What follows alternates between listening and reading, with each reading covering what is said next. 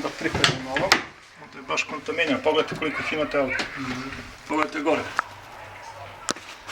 Znači ovo verovatno niste održavali, mislim niste ni vi krivi, tako da ima ih i ovdje.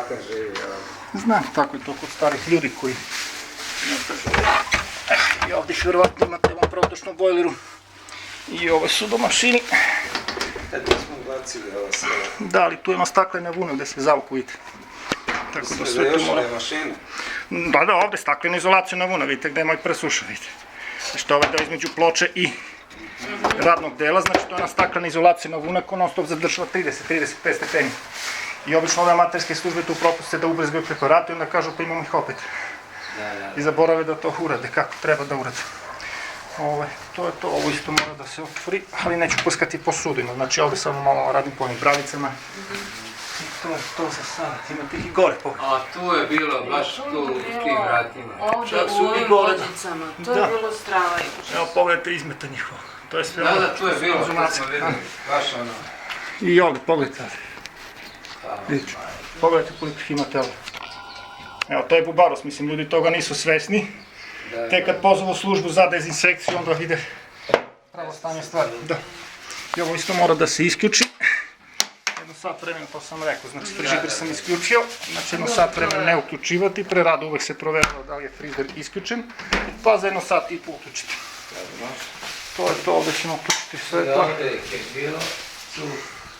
Da, zato što ste to spoje, vidite, znači sve ovo emeter toplote, znači nisu tu slučajno, zato što svaka ta kabel ima u sebi žicu koja emite toplotu, a telo im provodi struju, znači 220 V nema ništa ne. Ovdje gore, na primjer, da, onda moramo i sve ovo da otvorimo.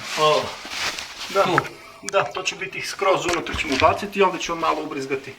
To je više i zbog moljaca, mrava i tako dalje. Znači sve će ovo isprskati, ali ovako, najminimalni, znači po ovom bočnom delu, znači neću prskati unutra i zatvorit ću, pa za jedno par sati najnormalnije može se koristiti. Isto važi i ovdje, mada ovdje još nisu toliko stigle, ali ćemo to uraditi. Evo pogledajte golub što znači, vidite. Pogledajte šta smo uradili golub. To na čemu govorim izmet, znači ovo je sve izmet golubova, vidite. A dovoljno je znači tih par grama izmeta koji u sebi sadrži hranu za narednih 10 do 15 dana, što se tiče bubašvabe. Svaki put kada pojedu izmet golubova, automatski se ubrzava njihova reprodukcija. 3 do 4 puta. Ovako, znači ako nemaju hrane ne mogu da se reprodukuju. Ali čim se najdu ovog izmeta, to vam je kao kad ste pojeli jednu pljeskavicu sa svim začinima. Ali to je nemoguće objasniti ljudima, ne samo u Beogradu, u Srbiji, šta je golub i šta je potrebno raditi da bi se to zaštitili. Zašto su golubovi jedan od glavnih uzročnika, mislim, jedan od vodećih uzročnika bubašvaba u gradovima. Ali to ljudi ne shvataju, već žive sa time, čak ih i hrane. I onda normalno kad se desi, kad vide da ne mogu izaći na kraj, pozivaju DDD službi i kaže, ajde već se probaj, kako znate, ne možemo, probudili smo se s bubašvabama na licu. Tako da je to.